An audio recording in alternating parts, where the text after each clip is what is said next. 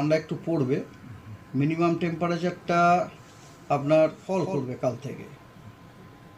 আমরা গোটা রিজিয়নের জন্য, মানে রিজিয়ন মানে বুঝতে পারছেন, ইস্টার্ন রিজিয়নের জন্য আমরা অ্যান্টিসিপেট করছি মিনিমাম টেম্পারেচার 2 থেকে 4 ডিগ্রি সেন্টিগ্রেড কমবে ফর দ্য নেক্সট আপনার 2 থেকে 3 দিনে।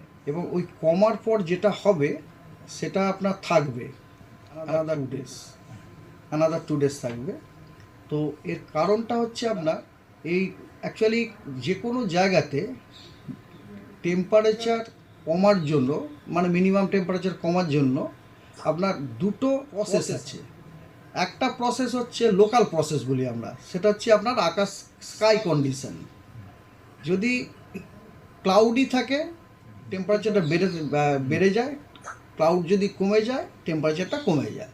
এখন কথা হচ্ছে আমরা অ্যান্টিসিপেট করছি ক্লিয়ার স্কাই থাকবে, কারণ আমাদের রিজনের ওপর দিয়ে একটা রিজ যাচ্ছে, যেটাকে বলে অ্যান্টিসাইক্লোনিক রিজ। সাধারণত ওইরকম রিজ গেলে কোনো ওয়েদার সিস্টেম থাকে না, সেখানে সিঙ্কিং মোশন হওয়ার জন্য স্কাই আপনার ক্লিয়ার থাকে। আর দ্বিতীয় কথা হচ্ছে কি, তার মানে স্কাই যেহেতু ক্লিয়ার, সেই জন্য আপনার due to local effect also temperature will fall. Another thing যেটা বলছিলাম, আর একটা যেটা কারণ সেটা হচ্ছে উইন্ড এফেক্ট। যদি উইন্ড ঠান্ডা হাওয়া কোনো জায়গাতে নিয়ে আসে, অপেক্ষাকৃত বেশি ঠান্ডা হাওয়া যদি কোনো জায়গাতে নিয়ে আসে, তাহলেও সেই জায়গাতে টেম্পারেচার কমে।